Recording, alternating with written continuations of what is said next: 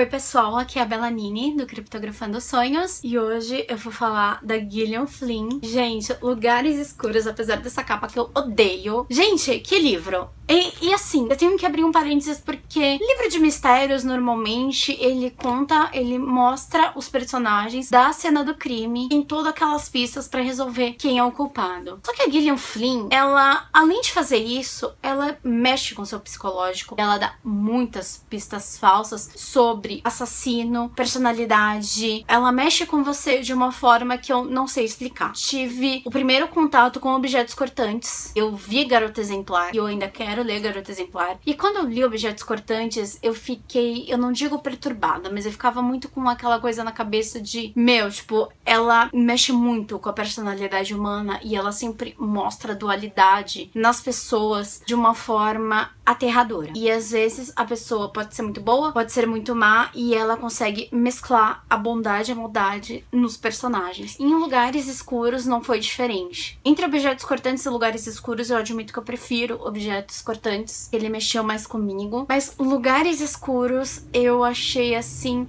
espetacular, porque em Lugares Escuros a gente vai ver temas importantes como um massacre em uma família. A gente vai falar sobre satanismo, que é um tema muito polêmico, e sobre abuso de meninas na faixa dos 9 aos 13 anos de idade. E eu achei muito pertinente eu acabar lendo esse livro no momento em que tá tendo um puta de um rebuliço sobre esse tipo de assunto. Eu não quero entrar em questão, não falar disso em especial. Lugares Escuros vai contar a história da Libby. A Libby ela teve a família massacrada, ela vivia com a mãe e os irmãos em uma fazenda em Kainei, eu acho que fala assim, eu não sei, eu devo ter falado errado. Só que a Libby, ela tinha 7 anos de idade na época, e ela não lembra exatamente como que aconteceu, mas ela sabe que nesse massacre, o irmão mais velho, o Ben, ele matou as irmãs dela, a Michelle, de 10 anos, a Debbie, de 8, e a mãe dela. E aí foi uma coisa muito macabra, porque ela foi a única sobrevivente, porque ela conseguiu escapar pela janela do quarto da mãe. Só que enquanto ela ficou escondida, tava muito frio, ela acabou perdendo alguns dedos do pé, só que isso ficou muito marcado na cabeça dela. A Libby, ela nunca precisou trabalhar, ela sempre viveu da doação das pessoas, né, que se sensibilizaram pela história dela. Ela também escreveu um livro sobre o massacre, pelo menos o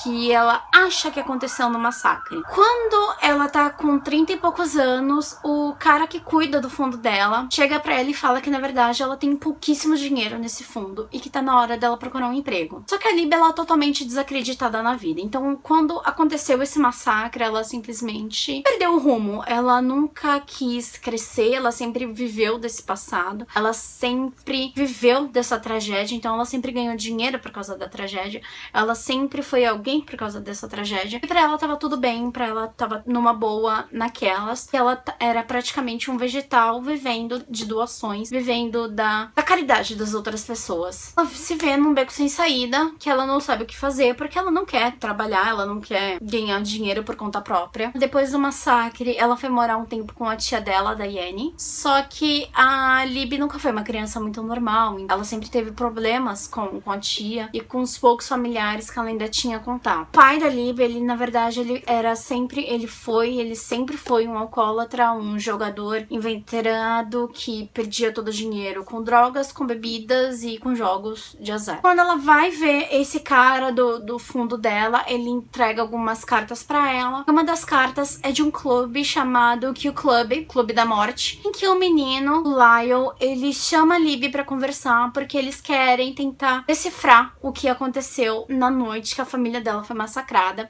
E ele tá oferecendo $500 pra ela ir nessa reunião. E aí, quando ela chega lá, em uma das meninas, a Magda, que ela é muito fã do Ben, ela é muito apaixonada pelo Ben, e ela fala por A mais B por que ela acha que o Ben é inocente, não só ela, como outras pessoas. E dentro desse clube tem policiais aposentados, detetives aposentados, e eles querem, de qualquer jeito, tentar ajudar o Ben a sair. A Libby, ela fica muito revoltada, ela acha absurdo, ela fala por A mais B que não, que eles estão errados, porque na verdade foi o Ben que matou e pronto. Só que ela acaba se dando conta, ela acaba não dormindo, pensando que talvez essa ideia do que o clube, dessa Magda e dos outros caras, talvez seja verdade, talvez ela tenha falado algo que não condiz com a verdade. Que o clube, ele vai acabar pagando pra Libby, pra ela descobrir o que aconteceu de verdade naquela noite. E aí, eu não posso contar muito mais coisa, porque senão vai ser muito spoiler. Mas uma das coisas que eu posso falar é que naquela noite,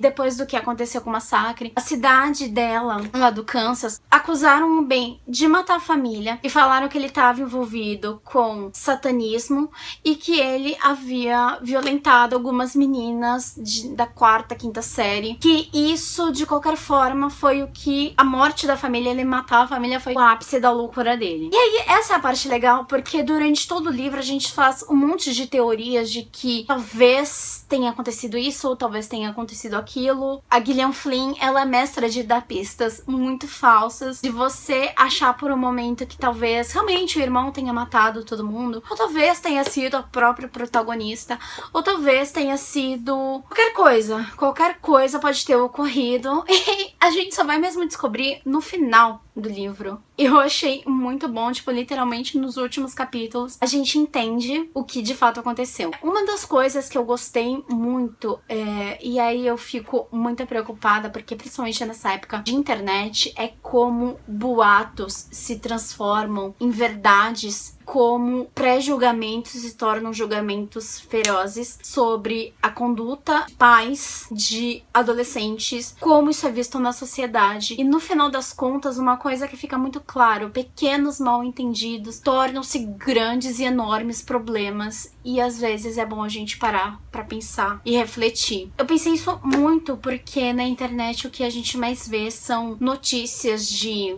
pedofilia, de um monte de outras coisas, de coisas sérias. Não que eu defenda quem pratica esse tipo de coisa, mas como nós estamos muito prontos e somos muito rápidos pra julgar e pra tomar partido de um lado ou de outro, isso é muito perigoso. E como uma coisa tão pequena, uma coisa tão, sabe, que poderia ser resolvida com um diálogo e com uma mente aberta, acabou se transformando em uma coisa bárbara, massacrante pra todos os envolvidos. Então eu acho que Lugares Escuros é muito bom pra fazer a gente refletir sobre a atualidade, sobre como que a gente se comporta em sociedade e como nós nos comportamos em família também. Eu acho que vai ser muito legal pra fazer a gente parar pra pensar um pouco em como nós nos comportamos como pessoas, como somos na sociedade, como nos comportamos dentro de uma sociedade, ou como nos comportamos dentro de casa. Eu achei espetacular. Além de ser um baita de um mistério muito bom, e que no final você fica, mentira que era isso. Tipo assim, tava na minha cara e eu não vi, sabe? Então é muito bom. Então leiam Lugares Escuros. Me falem se vocês já leram alguma outra obra da Gillian Flynn, o que vocês acharam. E é isso, mas assim, se preparem, porque assim, tem uma cena que a Gillian mostra, e assim, com uma riqueza de detalhes, porque a Gillian é muito boa descrevendo, né? E ela descreve como que é um culto a Satanás numa parte dos livros, e como acontece como que acontece essa cerimônia, e eles matando vacas, e eu fiquei, tipo, passando muito mal. É muito chocante. Então, se você tiver pesadelos, sonhos esquisitos enquanto você tá lendo a Gillian Flynn, tipo, é muito normal, porque isso mexe muito com você. Mas leiam, é muito bom, super recomendo. E assim, finalmente eu tô lendo livros bons, que depois do último, do Blackbird, eu tava quase tendo um colapso. Então, é isso. Espero que vocês tenham gostado. Deixe o seu joinha. Beijos e até a próxima. Tchau!